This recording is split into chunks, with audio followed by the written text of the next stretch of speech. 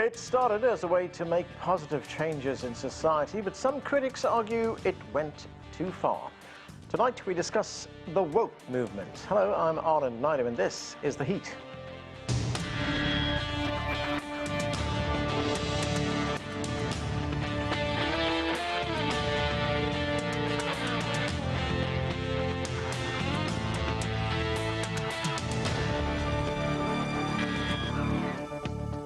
The term woke is everywhere in public life in the United States. What was once a word to describe progressive activism for civil rights is now used derisively by the right to stymie attempts to address racial injustice and gender rights. So what is wokeness and why is it so polarizing in the United States? We begin with this report from CGTN's Owen Fairclough. Few other words drive America's growing political and cultural divisions these days than this one. Woke means you're a loser. The woke mob is never satisfied. It's all woke. It's all woke culture. It's this culture of compliance. How woke you are has become another front in the culture wars that divide left and right in the US, and it's polarizing plenty of other countries too. Hungary is an old, proud, but David-sized nation standing alone against the woke globalist Goliath. I want to stand up for our values and take on this lefty woke culture. But no other country bears quite the same unhealed wounds over slavery and civil rights as the US, where the term woke is thought to have originated during the 1920s, when civil rights activists such as Marcus Garvey called for a collective African-American awakening. And it re-emerged during protests in 2014 over the deaths of African Americans at the hands of police, as well as the Black Lives Matter movement over George Floyd's murder that went global in 2020. But woke is now increasingly used as a term of derision by Republicans against attempts to reverse systemic white bias that has historically suppressed minority perspectives in fields such as education. Critical race theory is being forced into our children's schools. It's being imposed into workplace trainings, and it's being deployed to rip apart friends, neighbors, and families. Florida's governor has gone as far as attempting to enact a Stop Woke Act that limits how business and educators discuss and analyze race. We're teaching the accurate history, and we're basically teaching it from the perspective of a Lincoln or a Frederick Douglass. And speaking of Lincoln, historical perspectives are a crucial part of how wokeness is considered. As the president who abolished slavery during the US Civil War, Abraham Lincoln might look pretty woke, at least by 19th century standards. And today he routinely tops surveys of America's greatest president.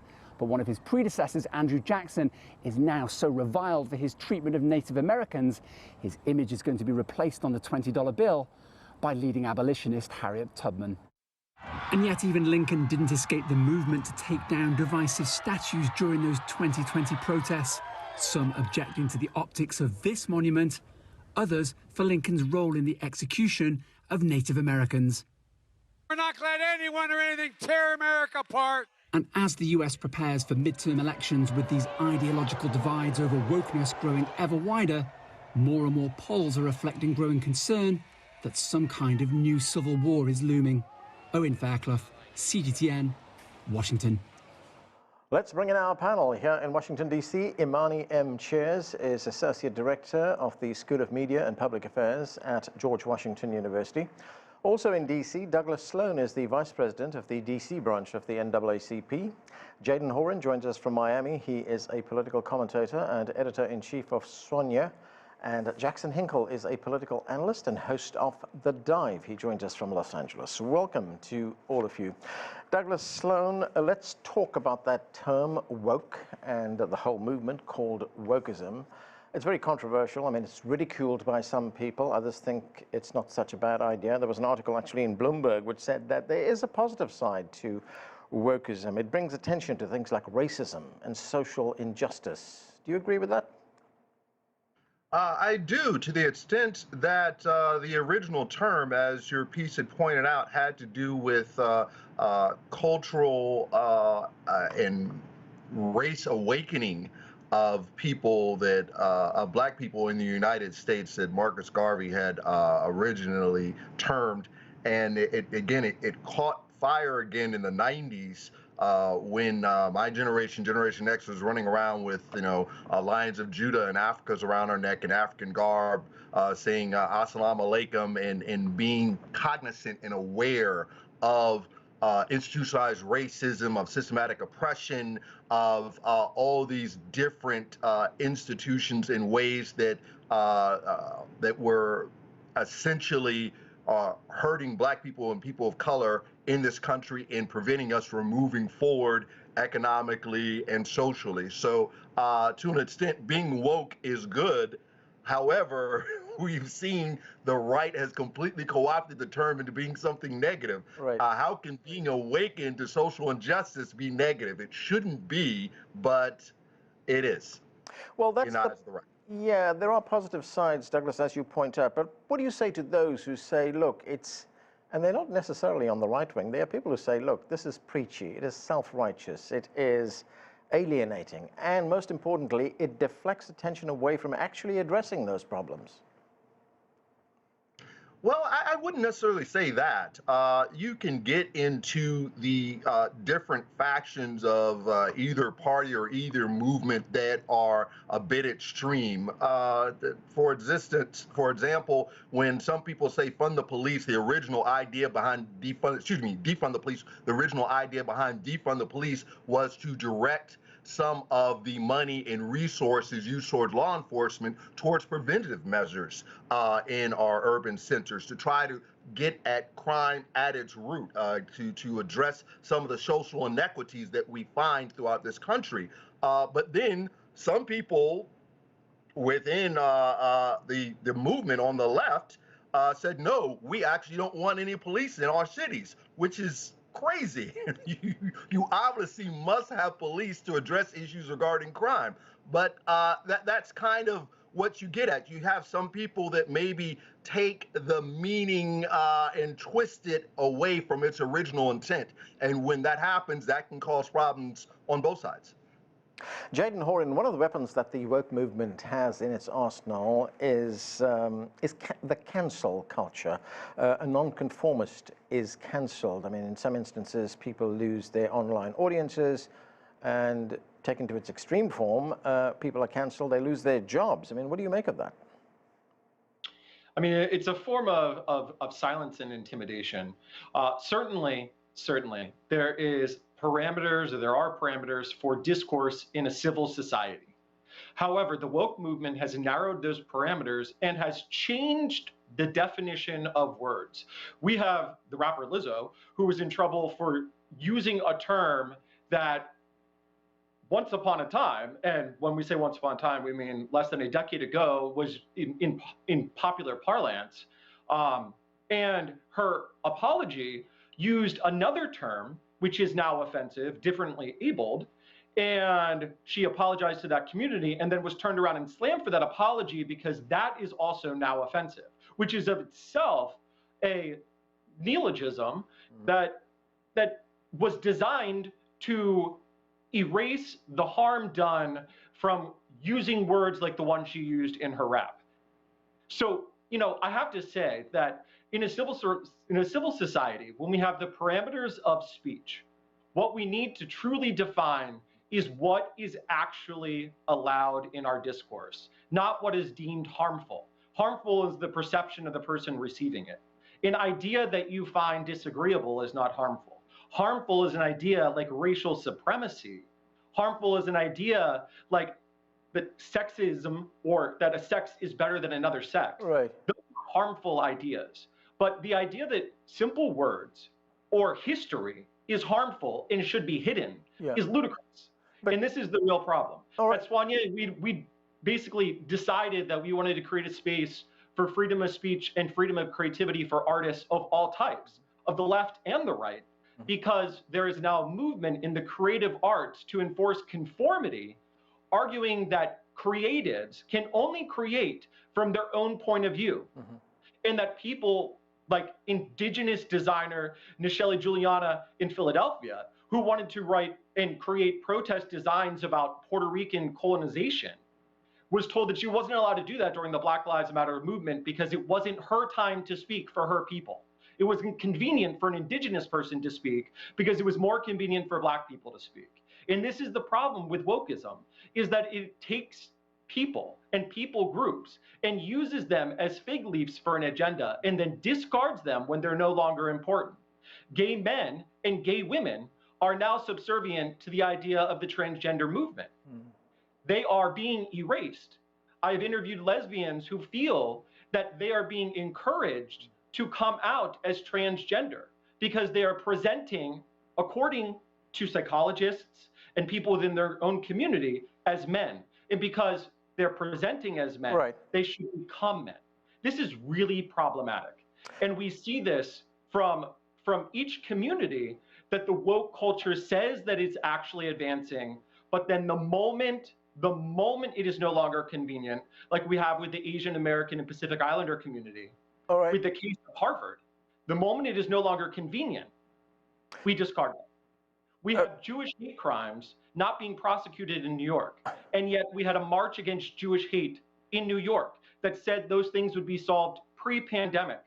We had a month that brought about awareness of violence against Asian Americans, and now the woke movement is silent on the fact that there is discrimination against them in school. All right, Jaden.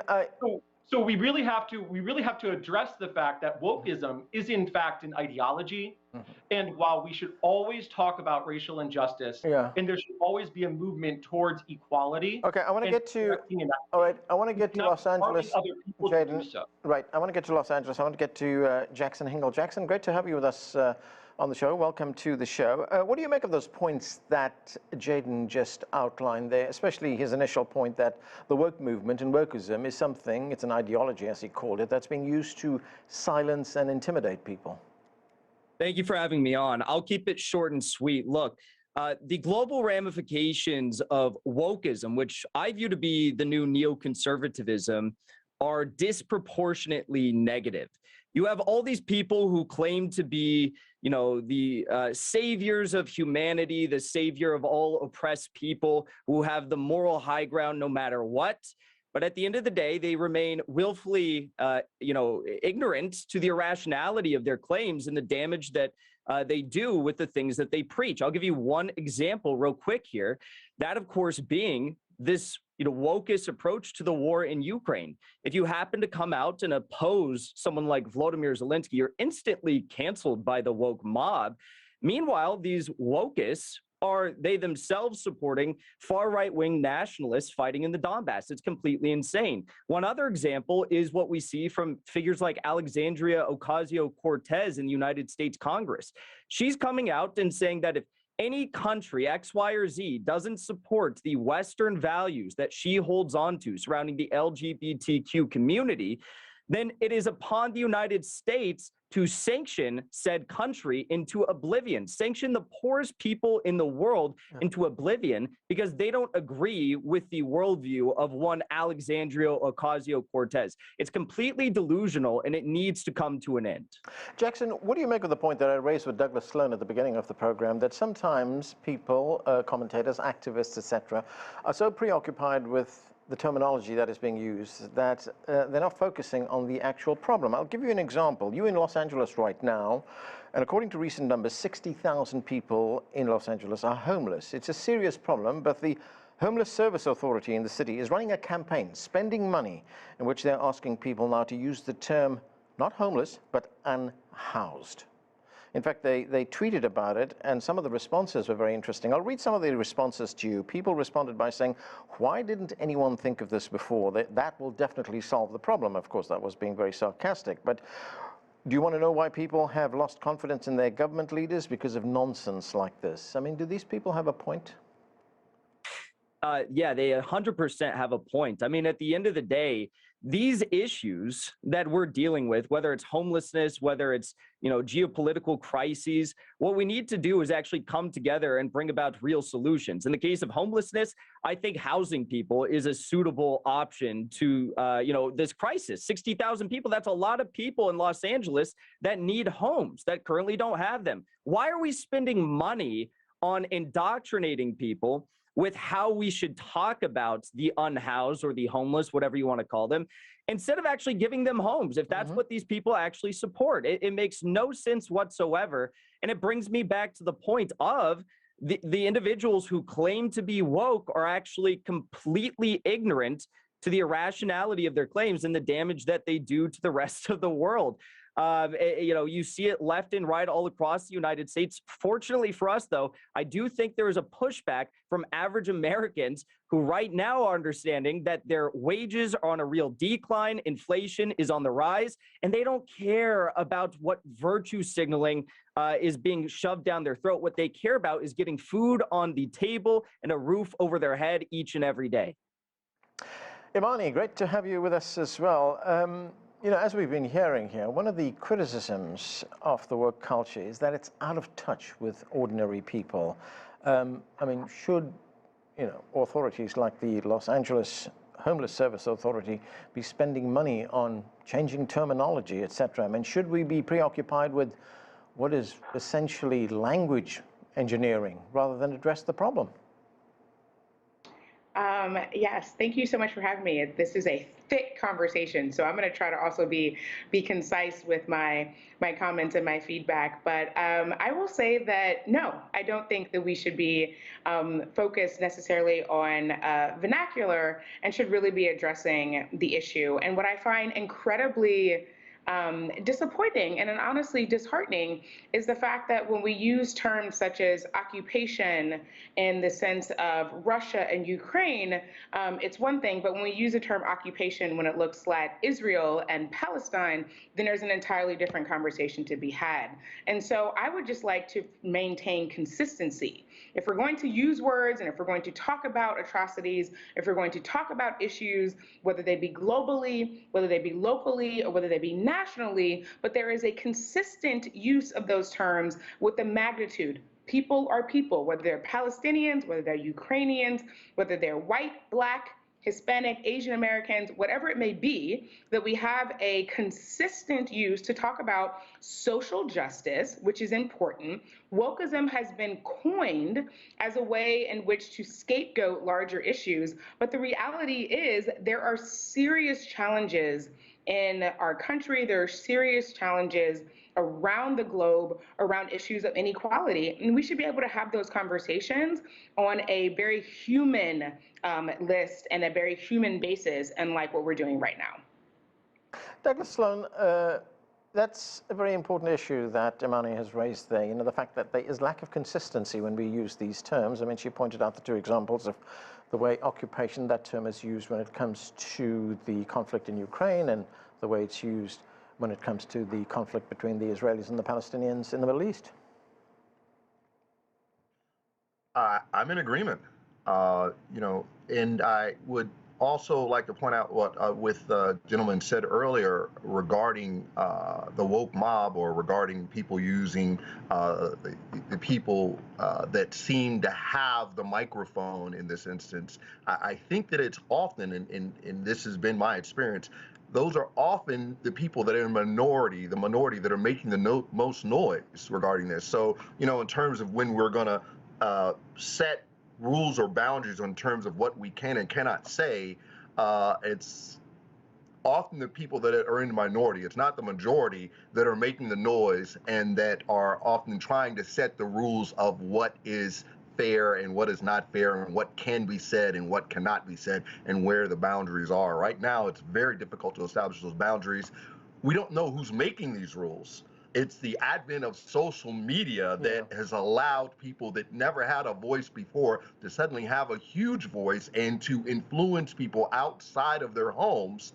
I think we just need to try to come back and try to establish where we are as a country, and get a better sense of, again, what is important and what we are trying to accomplish and how we're going to move forward to accomplish it. Obviously, eradication of homelessness should be a key issue, but changing the vernacular and calling them unhoused doesn't seem to make any sense at all.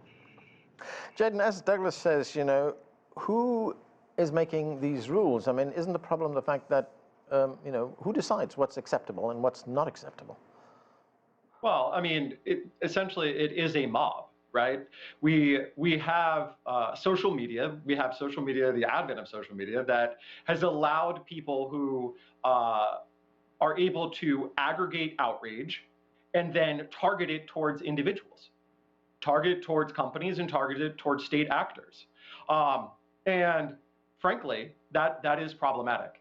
Outrage is a potent political and social weapon. And frankly, there's no one that's ultimately in control other than a mob.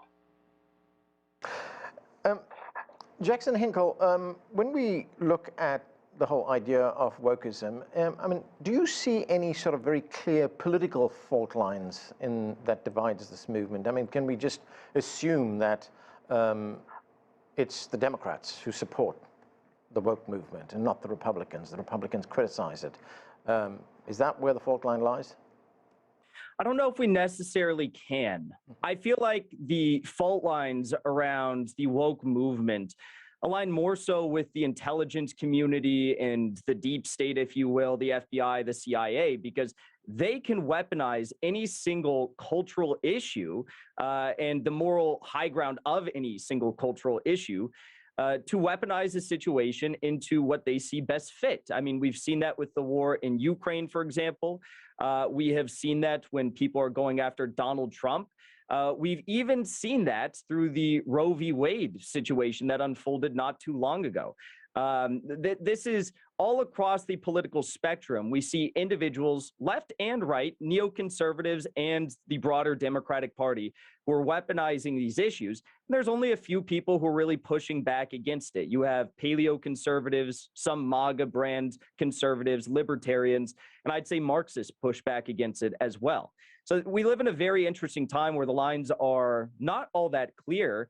And there is a lot of division in this country around these very key issues. Imani, of course, we do live in interesting times. There was a hearing on Capitol Hill at the United States Senate not so long ago. It was the hearing for Ketanji Brown to be confirmed as a United States Supreme Court Justice. And during that exchange, and I'll play you part of that exchange, but during that exchange, she was asked about a definition of a woman. Let's listen to it. Can you provide a definition for the word woman? Can I provide a definition? Mm-hmm. No. Yeah. I can't. You can't? Not in this context. So I'm not a biologist. The meaning of the word woman is so unclear and controversial that you can't give me a definition? So, Imani, what do you make of that? Well, similar to Justice Ketanji Brown Jackson's response, in the sense that she has an understanding, which many people have an understanding of the evolution of terms. And so whether that be the fact that, you know, Black people used to be called above all and any coloreds, or, you know, African American, Black American, and that there's evolution to identification. And she wasn't in the place, she's not a biologist. She was there not to discuss the definition of gender terms. She was there to discuss whether or not she was capable of serving on the highest court in the United States. And that question and that line of questioning that continued was honestly completely absurd and unnecessary. And the whole point was to try to trip her up, to try to find ways in which they could deem her you know, a certain demographic that honestly that she is not, and a line of thinking that she is not. The sad part is those questions have been asked to her predecessors who were confirmed to the Supreme Court around their opinions on a woman's right to choose their own reproductive health care. That's what should have been discussed, and not whether or not she could define who a woman is. And I find it very interesting on this panel, listening and also knowing, as the only you know, woman on this panel, Black woman in particular, that when we're having conversations around terminology and wokeism and the idea that this is the same country that was founded by a group of individuals that enslaved other humans, enslaved people who look like myself, who do not value the sake of people who have the same genitalia and sexual reproductive rights as myself, and they were considered human. We've evolved.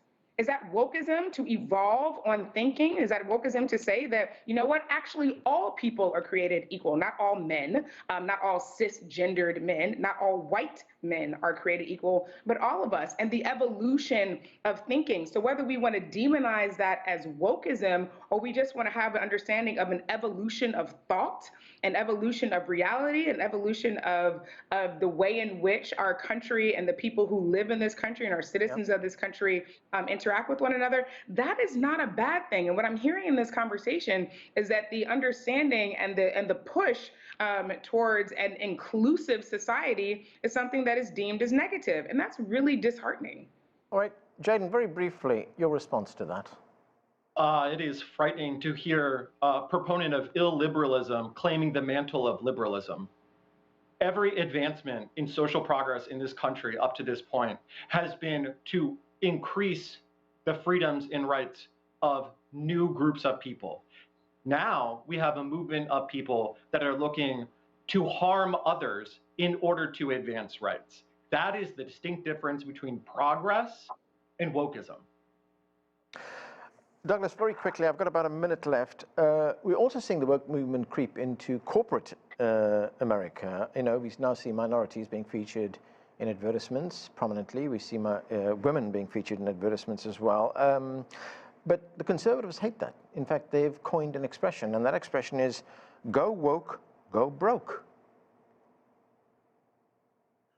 God forbid you showcase this country's profound diversity in advertising and dare to offend the very delicate sensibilities of some conservatives. Right. You should never be offended by seeing a person of a different color, a different race, a different sex, ethnicity, gender on TV. Yeah. It's silly. It's ridiculous. So, I mean, it's something that I hope will eventually go the way of the dodo bird. But I will say that racism and sexism and homophobia seem to be things that have withstood the test of time in this country. Okay, and that's where we have to leave it. Thanks to all of you for that. And that's it for this edition of The Heat. I'm Anand Naidu in Washington, D.C. Thanks for watching.